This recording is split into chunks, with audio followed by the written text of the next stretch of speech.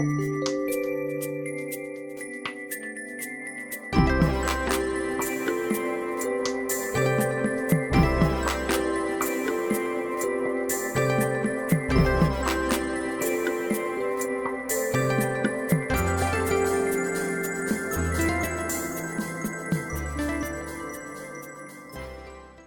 Capricorn.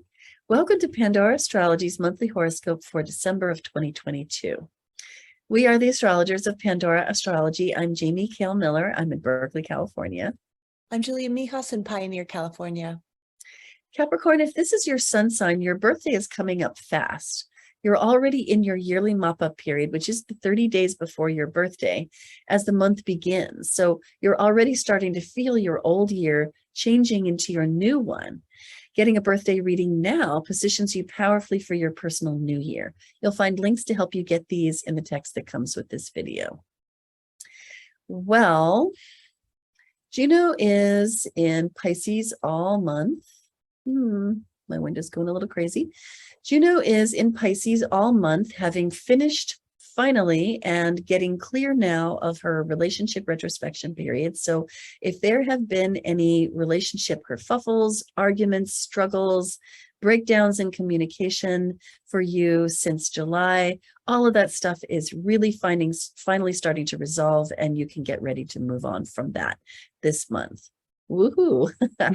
Ceres is traveling along through Virgo, starts the month in Virgo, which I spoke to last month, so I'm not going to say more about it again now, but you can find that out in your looking at your last month's horoscope. But on December 19th, she moves into your 10th house. Ceres is a goddess of the things that connect us to the material world, our physical bodies, the food we put into them, and the money we make to sustain them. So she's a very, very practical goddess. And when she moves into a new area like this 10th house of yours, you want to really start thinking about how you can perform good stewardship of this area. How can you treat this area like a garden, culling and trimming and pruning that which doesn't belong, and growing and, watering and planting seeds for that which you do want more of. And I think that when Ceres moves into the 10th house, you might have a double effect. One is your mind might really become preoccupied with, well, how much money am I making? How good does my job look along the arc of my career for bringing me the income that I want it to, and how can I build on that? But you also might find that you really need to take a look at your own finances, do some restructuring, and set some goals around them. And then the last thing I want to tell you about is Jupiter, which has retrograded into Pisces and is now getting ready to move out of Pisces and back into Aries, where he was earlier this year. That happens on December 20th. He moves back into Aries, and he's also speeding up and now going to move along through your 4th house, which is a great place to find Jupiter because Jupiter loves to be in the 4th house. Jupiter brings his characteristic luck and opportunity and expansion to this area, which is home and family, domestic life, heritage, and roots. So if earlier this year you felt a sense of restlessness about your home life and you felt like, well, I'd really like to, make a home improvement, a small job that could really improve the feel of my home, like a little remodel of the bathroom, or get a new stove for the kitchen. Or if you even felt like you want to move outright, find a place that's maybe more spacious with higher ceilings or better views, or in the right area where you want to be, close to things that are convenient for you.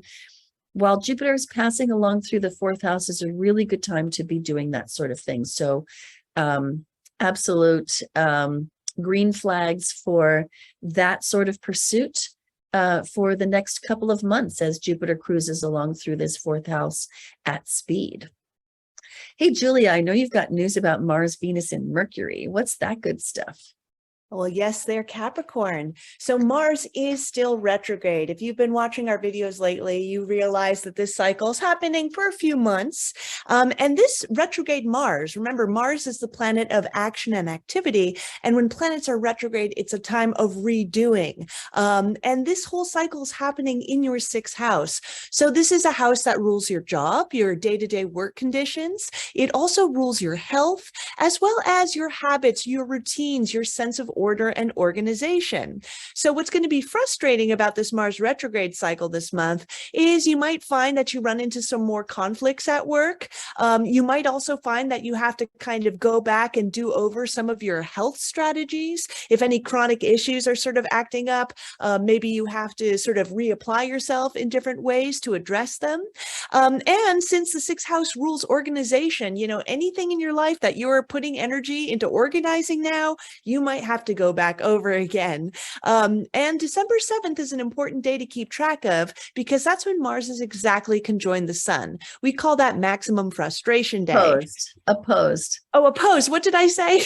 You said conjoined. Excuse me, opposed. It's a habit. Totally different. It's 180 degrees away from the sun. We call that maximum frustration day. And that's a time where these issues might be felt more acutely too. So keep track of that day in your calendar and plan a little bit of relaxing self-care around it too to help with it.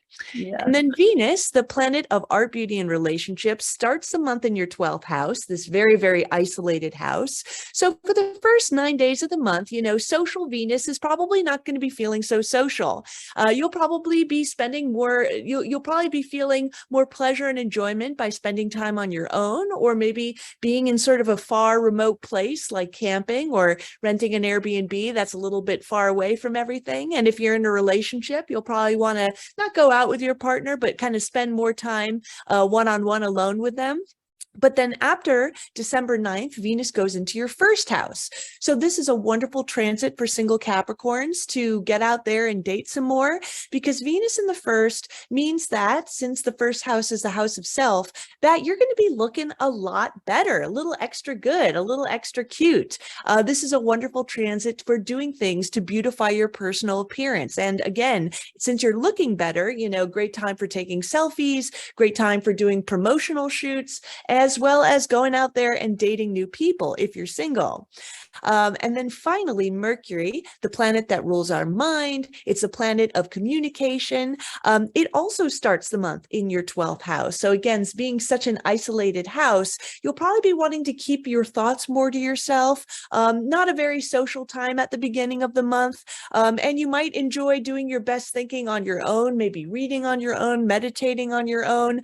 This can be a fascinating cycle for your dreams. You might be getting really interesting connections from your dream cycles, which are also a very 12th house area of life. And then by the very end of the month, on December 29th, Mercury is going to go retrograde. And we're really going to cover that cycle in next month's videos. But even a week before a Mercury retrograde, as Mercury is slowing down in the sky, you can start really feeling it. And these Mercury retrograde cycles, they'll bring a lot of miscommunication into your life, especially since it's happening in Capricorn at the workplace. And if you are doing any holiday travel, definitely prepare for delays and unexpected things to happen along the way. Get to the airport early. Expect your plans to maybe go a bit haywire around the end of the month. Hey, Julia, did you speak to Mercury moving into the first house?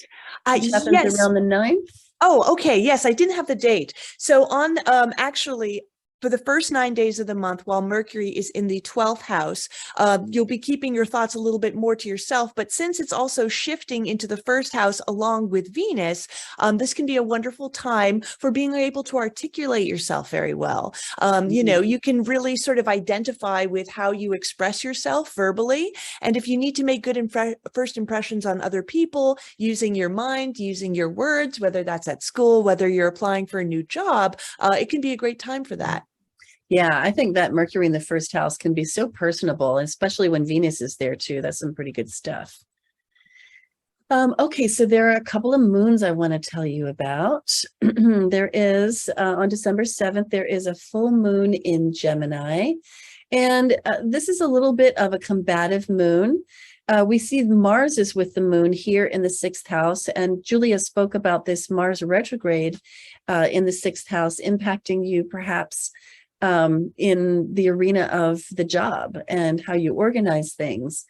Mars being in Gemini, can be very scattered, and Mars being retrograde can be irritable, frustrated, easily blocked, if you will. And with the moon, that brings up so much emotion around it. So I would definitely watch out for getting into conflicts and arguments in the workplace. And when you need to, the sun is over here in the 12th house and, pulling you into retreat, into sort of like, let us decamp and plan to fight another day. That's always a good option, especially if you get into some kind of an argument, that you can't win. Then the next thing that happens is that the sun enters Capricorn. That's on the 21st. So the sun leaves the 12th house and moves into the 1st house, which is, of course, your sign of Capricorn. And so this is the beginning of your own birthday season.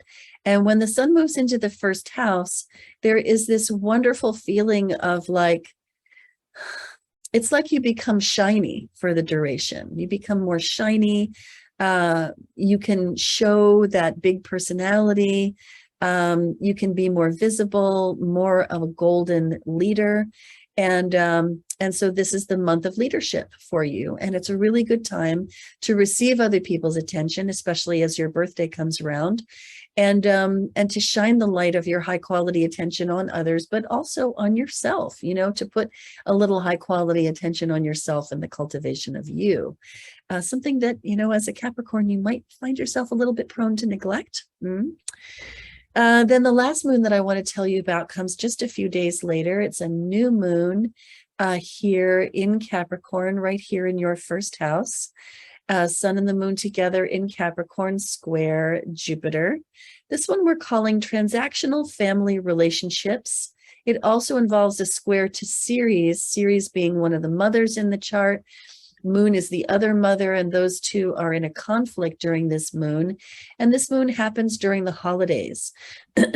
So it wouldn't be surprising if you find that you're getting into some conflicts with family members around how to spend time on the holidays. You might feel like you want to pull into a little work huddle and just, spend more time on work-related things, take some work with you to visit family for the holidays, and they might object to that. So I think, in the case of Capricorn, a little bit of indulgence in the festivities might actually be called for, which is a little bit opposite to the advice that we gave in the actual video that we made about new moon in Capricorn. But I think, Cap, in your case, it might not be a bad idea to indulge yourself, take the attention that is coming your way, and be lavish. And that's what we have for you today, Capricorn. You can always find your horoscope on our website, pandoraastrology.com, and also on our YouTube channel. And if you enjoyed this video, please be sure to hit that like button, share it with others that you love, and subscribe to our channel. And on the forecast page on our website, you can find out more about this month's moons and Mars retrograde too. And until next time, we'll see you around the cosmos. Bye. Bye-bye.